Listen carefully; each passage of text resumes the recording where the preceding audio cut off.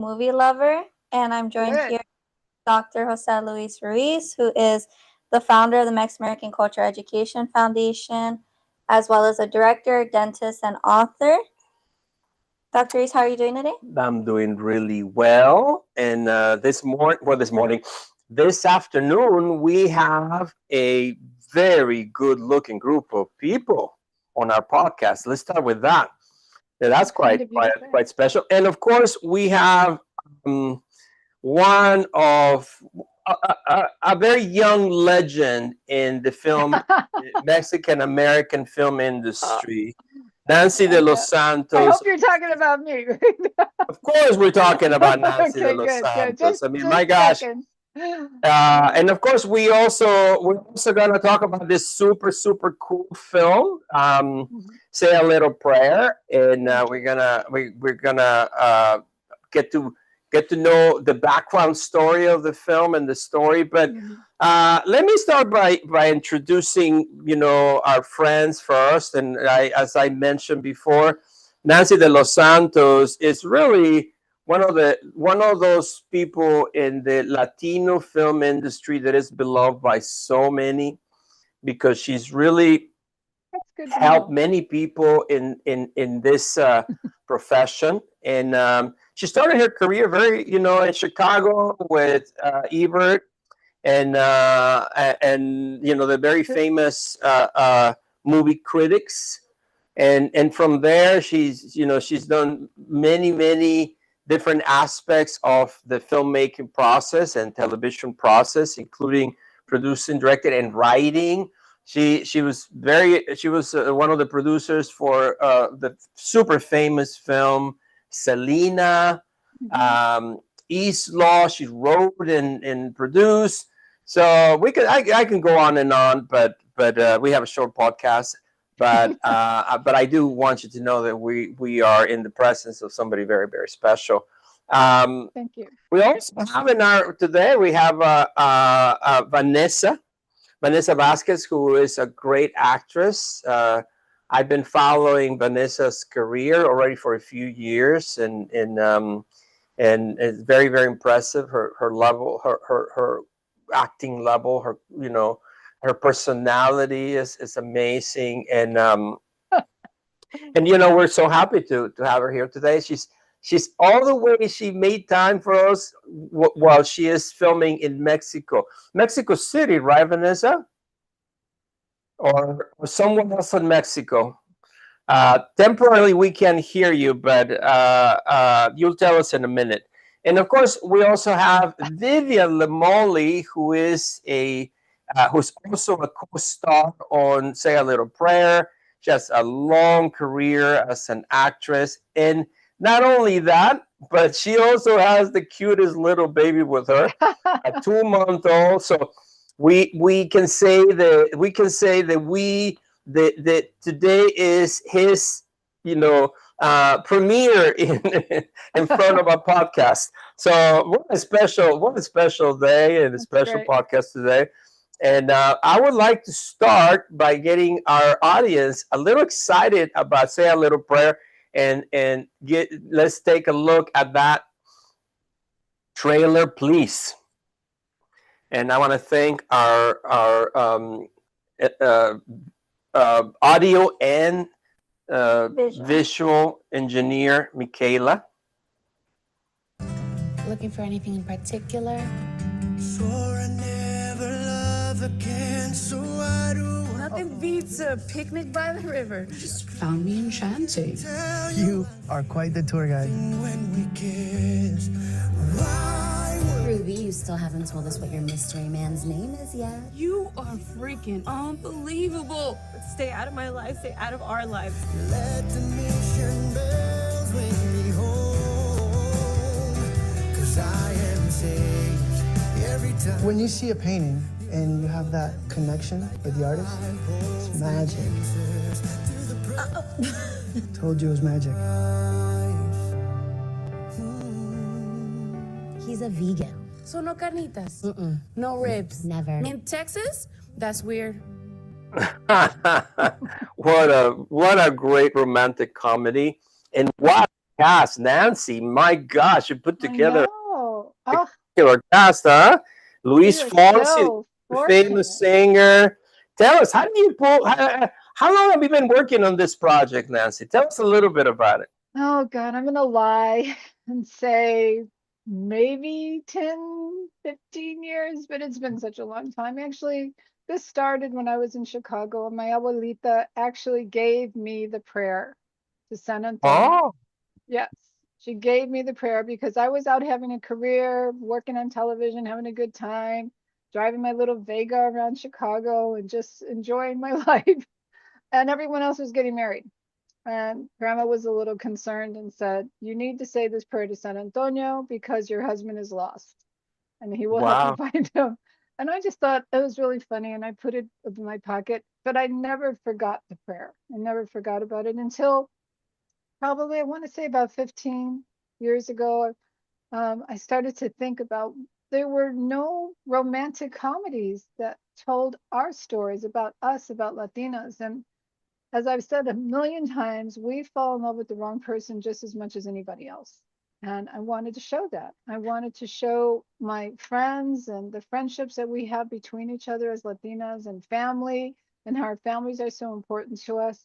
So wrote this first as a short play that was presented for the HBO New Writers. Tony Plana directed that on stage with a number of wonderful actors, including his wife, Ada Maris. And Tony encouraged me. He said, "You should really write this as a feature."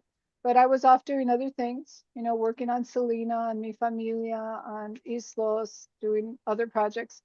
And then there was once I always encourage new writers to go into those competitions because they give you a deadline. You know, they say, you got to send in your That's script by such a this good time. point. And it really is helpful. And I think it was one of those competitions where it got a little notoriety and I get a certificate. And I said, okay, well, at least people know it. But it was that HBO audience experience with the actors on stage that really made me feel we have something special here because people were laughing and enjoying it. And it wasn't just Latinos, everybody was laughing and enjoying it. So from there, I wrote the whole script. It was selected for a program called Equinox, which is kind of like the Sundance of Europe. Oh, And they chose me because it was supposed to be European writers only, but my manager said, "I'm going to send it in anyway," which is another thing to do. Just do it. And they chose the script thinking that I was from Spain. mm. No soy de España. But once I got there, they said, "Fine, we don't care where you're from. We like your script." And so I went through a week-long great workshop with different people, including Delia Ephron, who is an amazing, of course, as you know, writer, especially for rom-coms, Sleepless in Seattle and You Got Mail. And she was really helpful and helped me to really hone it. And she said, "You are showing us a world we haven't seen before in film. And you had something, you know, continue to work on it." And she said, "And concentrate on the friendships, not girl finds guy, loses guy, gets guy." It was about the friends, the friendships. It's The really the three friends are girls. together, yeah, and then they lose each other and then they come back together. And that's what I did. And I was so fortunate then to find Christina Nava and Patrick Perez Vidaudi to say, "Yeah, let's get a barn and put on a show." And that's what we did. And it's so When beautiful. do And I'm just so when proud do of it. you first start your partnership with or your cooperation with? By the way, Patrick, such a great director, and you know Terrific I'm a guy. big Yeah. fan of Patrick, and also Christina, a great writer, and they were supposed to be in our podcast, but unfortunately, you know, Right. circumstances of life did not allow it. But Mhm. we're They great send their fans of regards. both of them, and I know they worked super hard on this project. How do you and Patrick and Christina started your cooperation? People had told me at some point, I just, again, my advice to people who have scripts, I just said, "I'm going to do it." You know, I was not getting any traction in Hollywood. Even though I was talking to people who were decision makers, I would go to events and they would be there speaking, and I'd be the first one up on by the stage saying, hey, you know, I have the script and it's really beautiful and you should read it. And they'd always say, yeah, we'll talk to so and so. It just wasn't getting the traction. So I decided on my own that there were commercials coming out during that time. It was for iPhone 13s, and they said, you can make a movie with your iPhone.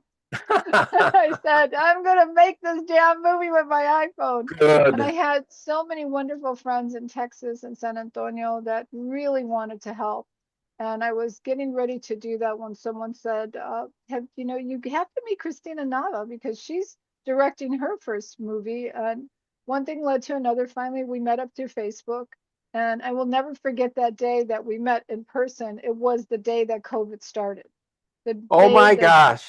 The day that they shut down the NBA. And we were Oh. both kind of like having coffee and not knowing, do we hug, do we touch, do we do whatever? And then we kind of lost each other because after that, there was really nothing to talk about. Everything closed down. But Christina continued, like maybe remember COVID went and then it would go away and come back. And during that off time, COVID's off time, she started to direct her first feature. And I was just amazed. So I went on set to meet her and see her doing her thing with her film called Free Lunch. It's a young adult comedy. And I was so impressed with her. And then we got together and had lunch. And I said, tell me how to produce my movie. What do I have to do? I have worked on many productions, as you said, but I hadn't really been the producer. I was the associate producer, the assistant producer, but not the producer. Different role completely. Yeah, it takes a different set of skills, right? Absolutely. And you have to be so brave. And she is so brave. And she likes to laugh that she said, I took out my notebook and I was like ready to take notes. And she just looked at me and said, do you want me to produce your movie? And I said, yes, please. And I was crying. It was really, really crazy. It happened at the Big Boys and Toluca Lake. And she came on, and a wonderful writer also. She gave me some great notes. And from then we were just a great together. writer. Yeah, we really just moved on from them and then brought Patrick on. Once things started to get real, you know, once it outgrew my iPhone 13 and we realized that as much as, you know, I knew it, we needed a director who really knew directing, and directing has turned into a science. I didn't know that science, and I knew that I didn't know that science. And once we got Vanessa connected, you know, has such wonderful credits, and Jackie, and then Luis and Vivian, we just started moving and grooving. And the Luis Fonse, the Luis Fonse story in a nutshell, because it is who you know, but it's also who you love and who loves you. And one of our co-producer in San Antonio, there's two, Roberto Trevino and Eileen Krett. But Roberto had worked with Luis previously at Gibson Guitars. So he stayed friends with him, friend colleagues. And while we were thinking who could be this wonderful guy that these three beautiful Latinas could all be interested in, or some form of that. And he said, what about Luis Fonse? And we all just looked at him like, yeah, what about him? And he gave it a try. I said, send them the script. And we were pleasantly surprised when it came back that, yeah, he wanted to give us a try. And he wanted this movie to be his film debut. Wow. You know, one of the special things about today is that because we have someone with so much knowledge about the industry, this is like a learning. I mean, and I love the fact that Nancy keeps saying, you know, this is something for filmmakers to kind of learn from, because yes, I mean, a lot of the things that she's saying is things that we all as filmmakers need to learn from somebody with the level of experience that Nancy. And something that I have not said already is that Nancy has been extremely supportive of MACEF, the Mexican-American Culture Education Foundation, and participated in many of our events and even been a judge for some of our special production grants and things like that. So Nancy is just one of those people that's very giving. So thank you, Nancy, for all of that, by the way. So kind Now, of you. let us get to know Vanessa for a little bit, because now kick it off by telling us how you met Vanessa and how did that happen, and then we're gonna listen to Vanessa's story. Another one of those wonderful kind of connections. When people would read the script, they would say Vanessa Vasquez right away, right away. And I knew Vanessa from East Los High. I also knew Vivian from East Los High. Even though I worked on the show as a staff writer, but I didn't work with them. We would just write and then they would run off and do it. So I never really got to know them. But her name just kept coming up and coming up. And when Christina said Vanessa Vasquez, like if people tell you things 3 times in a row, listen. You need to listen. It means God, whoever, Santos, the universe is saying, you need to get this person. And our first choice, really our only choice. And she just, I have told her this many times, and I will tell her one more time in front of everybody. She carried this movie on her shoulders. She really did. She was in 95% of the scenes. That's a lot. That is a lot. And each and every day she brought it. Each and every day. She brought it. Yeah, no question. She brought it. Vanessa, you're in Mexico.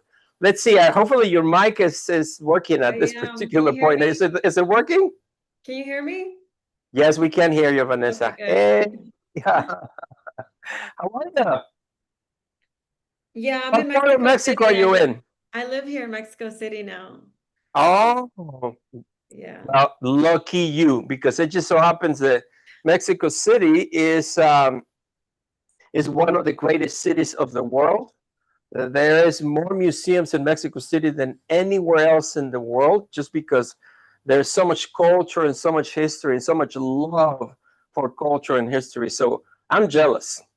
Yeah, that's exactly what I felt when I visited. And I had this like overwhelming feeling of like love for my culture and things that I didn't even know about growing up. We're not taught our Latino history unless your parents teach it to you, but most of the times we're on survival mode, working all the time, that they just don't. So when I just learned all these things, I was like, oh my God, I love it here. I want to live here. And then 2 weeks later, I was living here.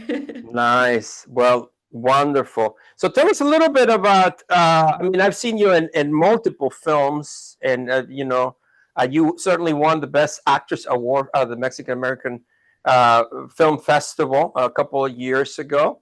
So we know how great of an actress you are. But how did you start it? Tell us a little bit about that, because I know our audience want to know a little bit about you. Well, I started, I guess you could say, in my family's living room. Sometimes my family was really big on watching telenovelas, and one of my aunts, she would always say, "Ay, when you're older, cuando crezcas vas a ser modelo, you're gonna be a model." And I'd be like, "No, I don't want to be a model.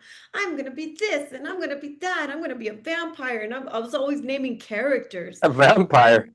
Yeah, I was like naming different things. Like at one point, I said I wanted to be an Italian mobster, and they were like, "What is wrong with this girl? She's like doesn't know what she wants to be."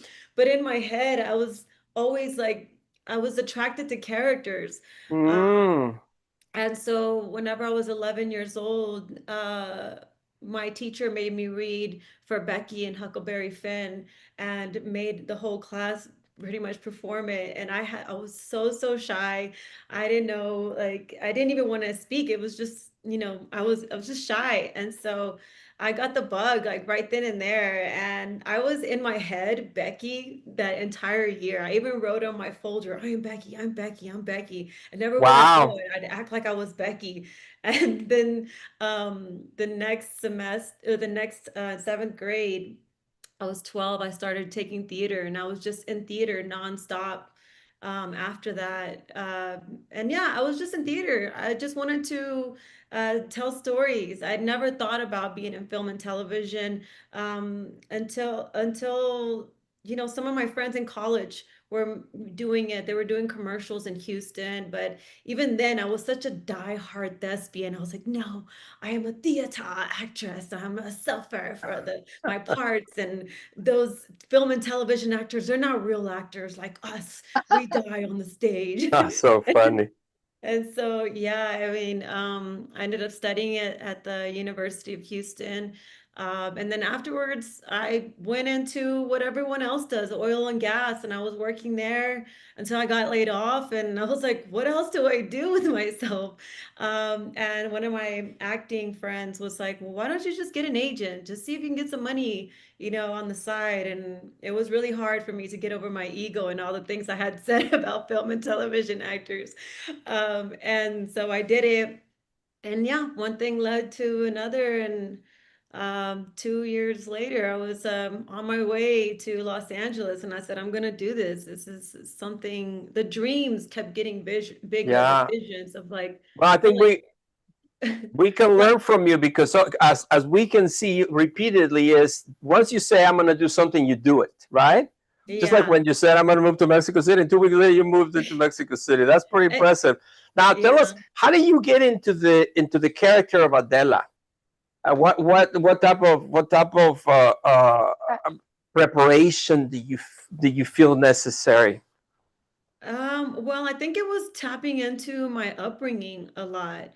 Like Nancy said, it's something that kind of felt God-given, of really representing my culture, which I always felt that was unrepresented other than in Selena, right? That was pretty much the only Tejano story you ever knew, you ever saw at Tejano. And I was just really like digging into my family, into my own grandma, my mother, my relationships, and my friends, right? The relationships that I had with my friends, and how diverse my friends were. Even though they were all Tejanas, they were also from different backgrounds. Not all of them were Mexican, kind of like in the story. Which I really appreciated and loved that it kind of came about that way. And so, yeah, I was also working with the twang, bringing back my twang that I had to remove when I went to Los Angeles, because Los Angeles, Hollywood didn't believe that a Latina could have a twang. And so they couldn't understand my accent. They're like, where's your accent from? It's kind of Mexican-American, but it's a little off. That's what they would say, off. And I was like, it's because I have a Mexican-American accent with a twang. And that's what a lot of Latinos in Texas have. That's how we grow up. Like Selena, we all kind of talk like her. And but I had to clean up a lot of that dialect and that a lot of that accent. And then, you go to theater school and they teach you how to speak like Shakespeare and all these things. And so I was like, all right, I gotta bring that back. Gotta bring That's back that That's a lot of country. preparation. A lot of work that goes into that. We're talking about friends. Why don't we say hi to Vivian Lemoli, who is one of your friends on this film. But let's go into our second into our next little bit of film, because we want to kind of get a little more excitement about the film, right? We have our engineer, could you prepare the next segment, and then after that, when we come back from that, we will talk to Vivian a little bit, one of the stars and friends, the 3 Latina friends.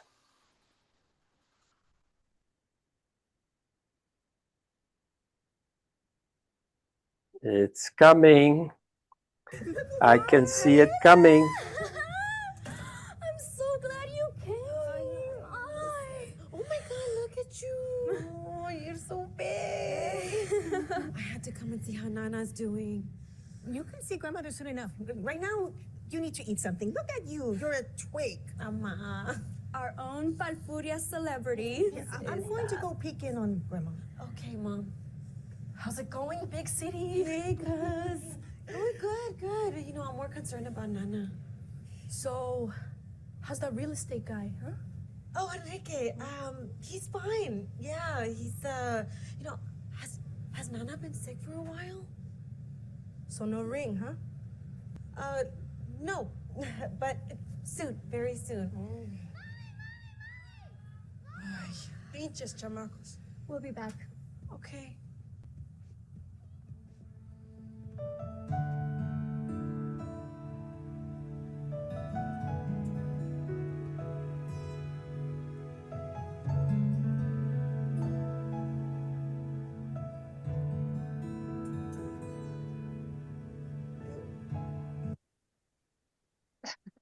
Such a beautiful story that reminds us of our, Latino background, Mexican American background, and how the family.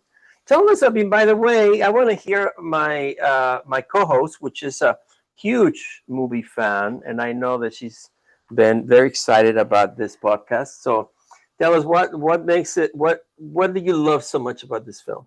Well, firstly, I love that it's a rom-com because you don't really see a lot of rom-coms with Latina leads and just like a lot of the stories with Latinas. So I really, really like that. And I just love rom-coms in general. I think it's like one of my favorite genre movies. So it's just really nice to see that on the screen. I also really loved just like the friend dynamic because I could definitely relate to it just with my friends. And it was very, really authentic. So I just really, really loved that. And obviously like the little love story and like the things that happen between the friends. I don't want to get spoilers, but the things that happen between the friends, like I feel like a lot of women could relate to that and just kind of like that dynamic. So it was just really enjoyable overall to really watch it. So well written, my gosh, It's Nancy, very you did authentic. you really did a beautiful job with Well, that film. as I Um, as I often say, I just listen to my friends and family and then write it down. I say everything you say could wind up in a script someday. So don't say anything that you don't want to see on the big screen. But I'd like to say about Vivian, because that was a really interesting casting. I don't know, like little magic thing where we had chosen an actress. We hadn't told the actress, but we had chosen an actress for that role. And uh-huh. then I went, this is another hint to actors out there. You got to get out. You got to get out. You got to be seen. You can't be home just thinking, oh, I'm on Facebook and Instagram, and that's enough, because it's not. And I went to the theater. I was invited at the last minute to go to the theater and see a play. And I, again, know of Vivian, but you're not always thinking of everybody. And it had been a couple of years since I worked on the show. And there was Vivian on the red carpet. And as soon as I saw her, I said, oh my God, Vivian. I gave her a big hug and I said, what are you doing? And where are you? And who's your rep? And we called on Monday and I spoke to the rest of the team. And they too said, wow, Vivian. And that's how Vivian was immediately cast. Yeah, yeah, Vivian. I, I'm Hi. sorry. I Go was ahead. gonna say I wanted to hear more about Vivian. How did you get into acting and how did you really get a part of the story of Say a Little Prayer? Well, I was going to say I had that whole time where he wasn't. Let me just go grab him. He's now freaking out because you're going to hear this in the background, but stay tuned. Okay, stay tuned. All right. Well, let me Having say, our little we baby. we had a wonderful casting director too, Candido Canejo. And she is really incredible and knows a lot of people, but we were going at warp speed. And the reason was that started to get, once we started to get our money from all private investors, and what I'd like to say, out of the 12 investors, 8 of them are Latinos, which was really great. And Congrats. wonderful Mama's people that here. You're to be a part okay. of that. And then Okay. we had once we got Luis on, he gave us the 2 weeks that he was available, and we were rushing to move forward very quickly. So the casting really had to come together very quickly and making those decisions. So I was really glad that it just worked out. The stars aligned figuratively and literally, and we got Vivian. Yeah, it really is like that. It's like it took 15 years to put it together, but once it's in motion, you're like at warp speed, right? It's like everything has to happen quickly, fast decisions.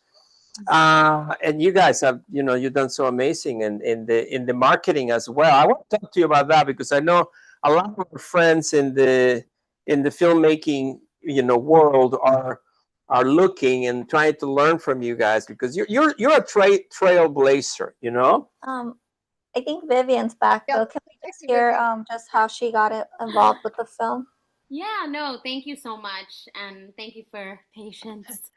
Um, yeah, Nancy's absolutely right. That was such a beautiful, wonderful moment that we had on the carpet. I'd been going to a lot of plays at the Pasadena Playhouse, shout out, uh, just because they were so inspiring and, getting back to the roots of theater. I come from a musical theater background. So for me, it was just such a lovely moment to run into Nancy.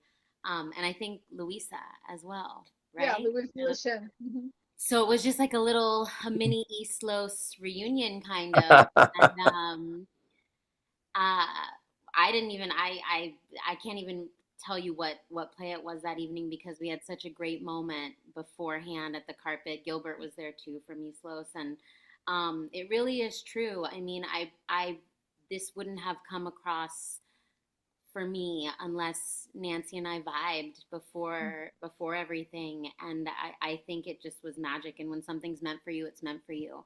We're Yeah, very diverse, the friend group, diverse Latinas, and una mezcla de just beautiful culture. So I feel like it was such a blessing to be able to express that and be here. Yeah, I agree with you. That's such an important thing that we all work together and we show our love for all our different communities.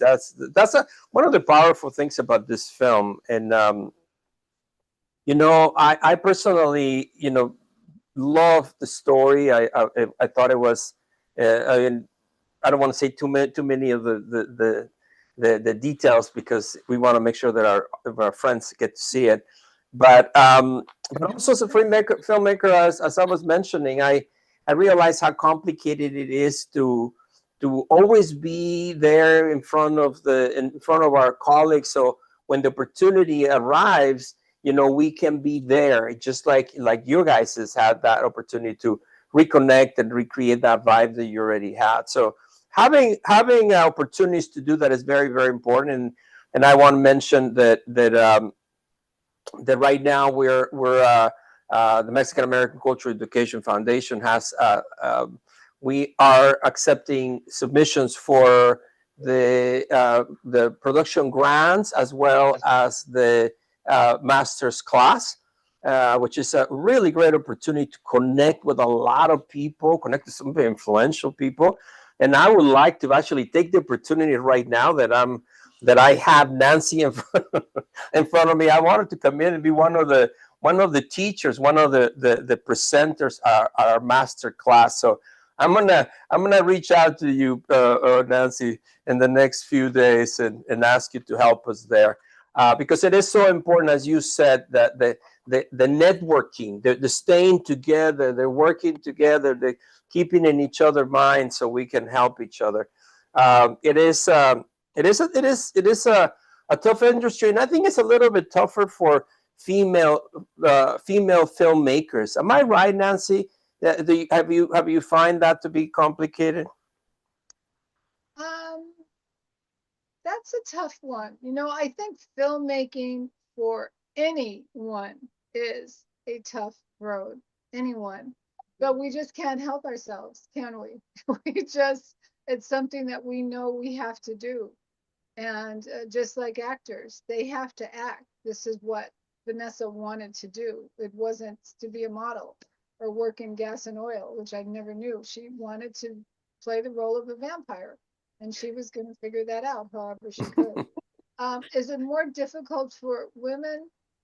I think it has been in the past, but I don't know about that now. I think if you want to do whatever you want to do as a Latina, as a woman, you just got to go out and do it. there doesn't seem to be that many roadblocks anymore. Now, granted, there are a lot more male directors than there are female directors, just as a whole. But I don't think there's anything stopping anyone anymore. I've seen a lot of young Latinas or new Latinas that are directing, writing, doing whatever they want, especially directing. And I'm always really impressed. And I've seen a lot more younger Latinas or new Latinas in the business who are the cinematographers now, which was really surprising to me. I hadn't seen that in the past. So there's nothing holding anybody back anymore, really. Yeah, You yeah. know, in fact, I think we have more gifts as being Latinos. We can see the world differently through a different prism. We're not white, we're not black, we're not Asian. We're kind of like, yeah, we know a little bit of everything and everybody, and everybody's in our life. That's why in our movie, everybody's in our life. Everybody's in the movie because that's the way it should be. So Yep. Yeah, I think there's the historical underrepresentation, but you're right. I mean, right now there is there's a lot of power, a lot of empowerment, and there's a lot of talent. So I mean, we do see that a humongous amount of productions coming out from and I women know directors and actors and writers. and I know right now Vanessa is producing and Yeah. totally supportive of that effort. Absolutely. She has a script of mine that she really liked. And I said, go for it. See what we can do. Why not? We did it once, we could do it again. So, That's right. Keep doing it. Keep doing it. We love it. We love it. Now you did have you have a very creative, very innovative marketing strategy, and I would like for you, especially because you're such a great example for all of us. Tell us a little bit about that, because I know I've heard a lot about it. well, Nancy. it's complicated. It really is complicated, but I will try to go through it. I know that in the beginning, both Patrick, Christine, and I, all three of us, really felt it was important for us to have ownership. So often, if you get a movie done, it is sold for acquisition, and you're given a check in, and that's it. You never see anything again. You have sold it. It doesn't belong to you anymore. And we wanted to try a different route where we would be more involved in the marketing, and it was a good goal to have. It didn't work as well as we wanted to for a lot of reasons that we learned, Dr. Ruiz. Honestly, we wanted to do a theatrical release of the movie because, as you know and I know, anybody involved in the movies know, 24% of the ticket buying audience is Latino. But what I'm hearing, what I'm understanding today is that probably 23% are families taking their kids to the movies. They love the kid movies, the animation movies, the Spy Kid movies. And I'm really happy about that. I'm glad that they're there. But an adult themed romantic comedy needed a bigger push than we were able to give financially, which is a whole other kit and caboodle, let me tell you. We have heard on big films when they spend 25 million, which is a small film, on the movie, they need another 25 million for marketing and promotion. Of course, Wow. we didn't have that. Patrick and I have had these discussions that once we raised our production funds and said, let's go, we got our money, let's go do our movie, we probably should have taken a breath and said, we need to raise some more funds to make sure we can market it. And that was difficult. Let me just say Yeah. that was difficult. So we had what we would call a very soft theatrical run, and it was also during not a great time for smaller movies. It was right during the Thanksgiving weekend where all the big movies come out, and we were in the same theaters as Wicked and Gladiator and some other animation movie that I don't recall. And we still had some sold out movie theaters. That was Yeah. really cool. But for us, yeah, we were selling out. We were reaching that audience, but the audience was a little bit, say, they were scattered. Holidays, other movies, things going on. So we are having so now we moved and we went into partnership with a really good company that they understand independent producers, and they're really working along with us. And that's Samuel Golden Films, a long time family run company. And we are having a wide release now, and we're really excited about that. Wow. It's coming on September 26th, but that's a lesson learned. Definitely a lesson learned. You can make the best movie ever, but if you can't market it and promote it, which costs money, absolutely it costs money, no one's going to know about it. And that's not good. People knew about the people who did know about the movie, loved the movie, the testimonials that we have from people. Yeah, we love the movie, no question about it. And we screened it at the Mexican-American Culture Education Foundation. My gosh, it did amazing, and it was full. And it was full, and everybody loved it. So thank you for sharing all this knowledge, because we need it. My gosh, our film community needs to hear from people like you that is a trailblazer and is in the forefront and learning what we need to do. And I know that Nancy is one of those people that shares knowledge, and we thank you for that very much, Nancy.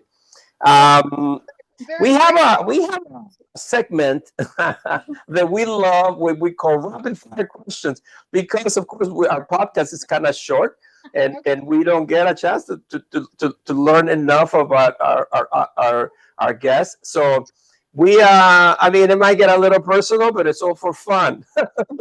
So we're gonna do our rapid questions, and of course we would like to get kind of rapid answers, and then we'll continue. So why don't we start with my co-host? Okay, this question's for Vanessa. What's your favorite rom-com? Oh my God. Probably Wedding Planner. Wedding Planner. That one's good. Okay, that's Ruiz. This is for Nancy. Nancy, do you have any dogs or cats? I have 2 dogs, Bodhi and Chola. And Chola. I love the name. Chola. Okay, Vivian, this one's for you. What's your idea of a perfect date? Horseback riding on the beach. So romantic. Vanessa, what is your favorite museum in Mexico City? Probably Antropología. That's a good No, it's actually Bellas Artes. It is. Oh. The Bellas Artes, and I specifically was the first one I went to because I say it in the movie. There's a scene where I'm showing Luis Fonsi one of the pieces, and I said it's on, and he tells me, actually he's showing it to me, and he says yes, it's on loan from the Bellas Artes Museum in Mexico City. And I was always curious when he had that line. I was like, where is that museum? So when I got here, I was like, I must go to the Bellas Artes Museum in Mexico City so I can know what he was talking about. It's a great museum. Beautiful. Yeah. Right. Nancy, this one is for you. Who is an actor you wish to work with?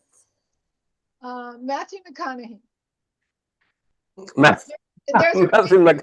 There's a reason for that, because I think he is a Latino file, and I have a really great movie that's all Latinos except for one non-Latino, and I think he could play that non-Latino, and he would be really good. So, yeah, he's one I'd like to work with. Yep, I love the answer. Well, I think we are getting to that time, right? Fortunately, I mean, my gosh, this has been such a fun time and such a wonderful group. But we wanna have enough time to let our viewers know where to see this wonderful film. Get them all excited and know what, maybe you guys can share a little bit what's next. So please.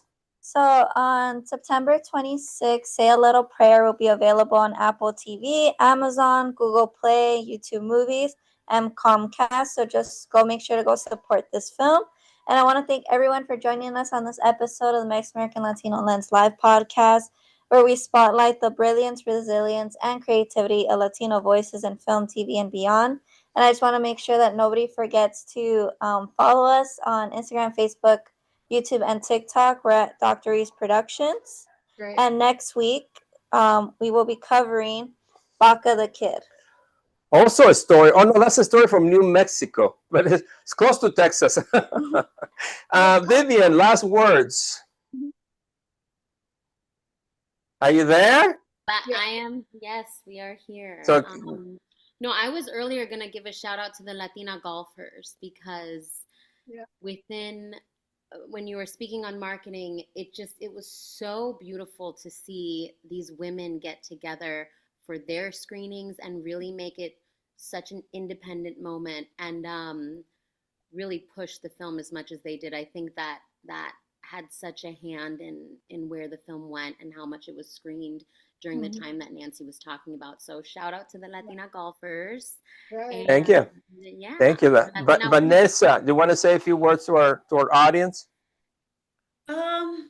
Yeah, I mean, also I want to thank everyone from San Antonio too.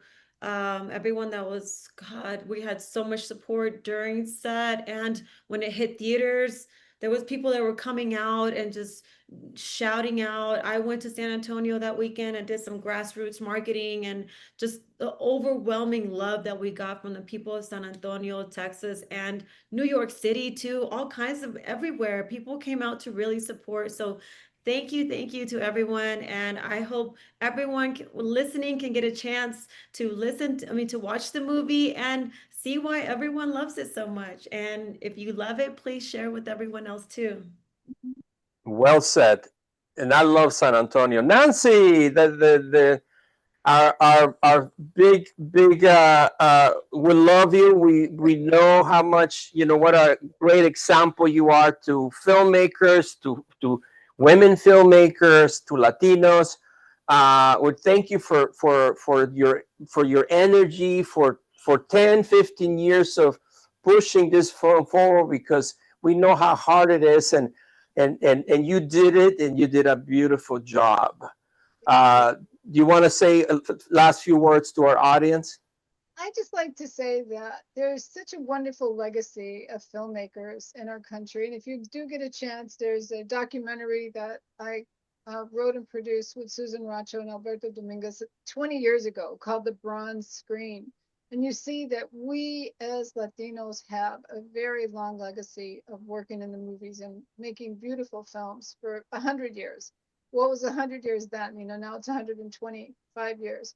But it's because we love our culture and our stories are so rich. So support the movies. When I say support, it sounds kind of like we need the support. We do, but go to the movies and enjoy them. Find them on this video on demand and streaming and all that. They're just so wonderful to enjoy, and I'm so happy.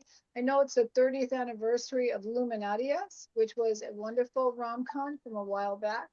And then there's also Tres Sisters that just came out, and 20 Pounds to Happiness. We're making movies. That's right. Watch our movies and tell us how much you love our movies, and then pay the $7.99, whatever it is, so that we can continue to make our movies. Very well said. Yes, support our movies, and we'll see you on our next podcast next week. Thank you, everyone. Have a wonderful rest of your day.